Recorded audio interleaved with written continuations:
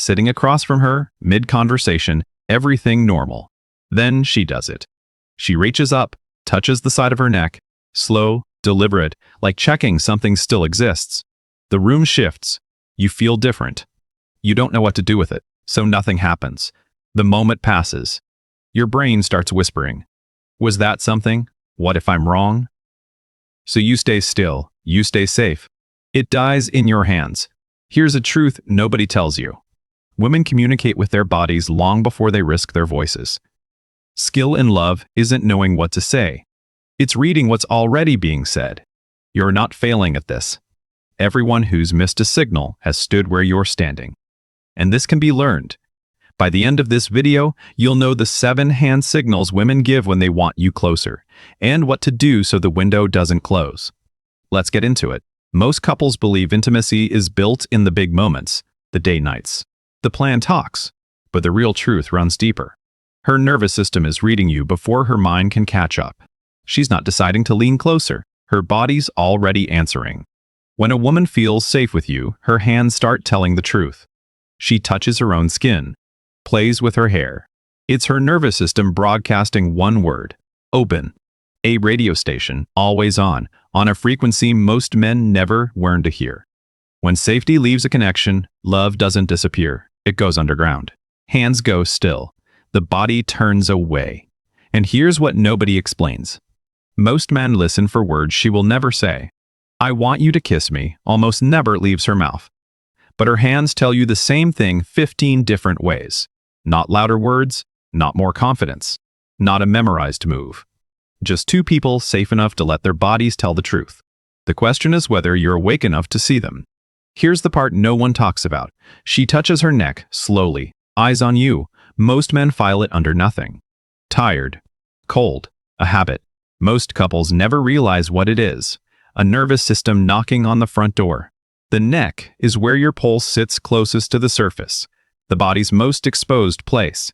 She's self-soothing, but she's also pointing, unconsciously, at the exact place she'd let you in. Picture it. She's mid-sentence and her hand drifts to her collarbone. The disconnecting version, you glance at your phone. Her hand drops. The temperature drops with it. The connecting version, you hold her gaze. Keep going, I'm listening. Her hand stays. Her body softens. Because what's moving through her, she'll never say out loud. He actually sees me. Stay present in the half-second most men miss, and the walls between you start coming down without either of you saying a word. This is the one most couples never figure out. She wraps a strand of hair around her finger, tucks it behind her ear. Most call it a habit. It's not. It's preening, grooming itself in front of someone it wants to look good for. Beneath the surface, she feels a pull toward you, and the pull makes her nervous in the best way. So her hands give it somewhere to go. The disconnecting version, she plays with her hair. You barely look up. Her gaze drifts toward the door. Something deflates. The connecting version, you name it gently. You know I love when you do that. She laughs, caught, and does it again. Now the moment's alive and you're in it together. That's the shift. She stops feeling like a mystery to solve and starts feeling like a person who chose to be here. This is where it gets really interesting. She bites her bottom lip, or licks them once, slow, while her eyes stay on you. Most couples read this as a come on. Sometimes it is. But there's a deeper layer. Her lips are among the most sensitive skin on her body. She's touching them because her mind is already rehearsing a scene she hasn't had the courage to start. The disconnecting version, you notice, look away, and feel the mist beat all night. The connecting version, your eyes rest on her mouth, once, honestly, then back to her eyes, and the silence holds the question. What moves through her, she'll remember. He's not scared of wanting me. And she's right. You're just finally paying attention. She won't thank you for noticing. But her body starts talking louder. It finally has an audience. Here's the part no one talks about. She spins her ring, twists it around her finger, or turns her glass in slow circles while listening to you. Most men see restlessness. Most couples never question it. But fidgeting is displacement, nervous energy looking for somewhere to land. When it appears while she's with you, she's feeling something she hasn't said yet. The hands confess what the mouth is still waiting to be brave about. The disconnecting version, she fidgets, you say nothing, and the energy evaporates into silence. The connecting version, you pause the conversation and look at her, not staring. Seeing. Let her feel you're not going anywhere. Something in her quiets. The ring slows. Her brain quietly registers, I don't have to perform. He's already here. That's the feeling people chase with grand gestures and never find, the quiet relief of being fully seen. This one is so sneaky most people live inside it without noticing. She leans in. You lean in. You touch your face. She touches hers a second later. That's mirroring, the nervous system's oldest social reflex. The body saying we're on the same team before the brain has decided anything. Most couples never even know it exists, which is why it's so reliable. The disconnecting version, arms crossed, closed off, and she slowly stops mirroring you. She didn't lose interest. She lost the signal that you were still in the room. The connecting version, you notice, shift, sit forward, soften, and watch her follow without knowing she's doing it. That's not control, man. That's connection. Two nervous systems finding the same rhythm. When two bodies move together like that, a conversation stops being words. It becomes a dance. Nobody wants to leave the floor. Not many talk about this one. She rests her wrists on the table, palms up, offering one of the most defenseless parts of her body. In nature, offering the wrist is an act of trust. Most people treat that as an accident of posture.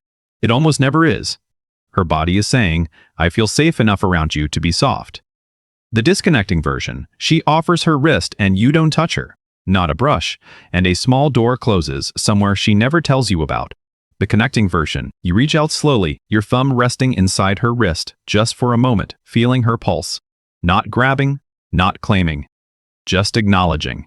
What she feels is the rarest currency in modern love. He's tender with what I give him. That one gesture, bro, does more for her sense of safety than 1,000 empty compliments ever will. Now everything comes together. She finds reasons to be closer, hands you something, and doesn't take her hand back. Her feet point at you like compass needles. She leans in when you speak, even though she hears you fine. Most couples feel this and do nothing, because nobody told them the body doesn't do this casually. Proximity is the nervous system's final green light. Here's the honest part, man. A signal is an invitation, not permission. You still ask. But when you've been reading her body all evening, the question isn't awkward. Can I kiss you? After 20 minutes of quiet conversation feels like the only sentence that was ever going to come next. Not pouncing, not chasing, not guessing, but presence.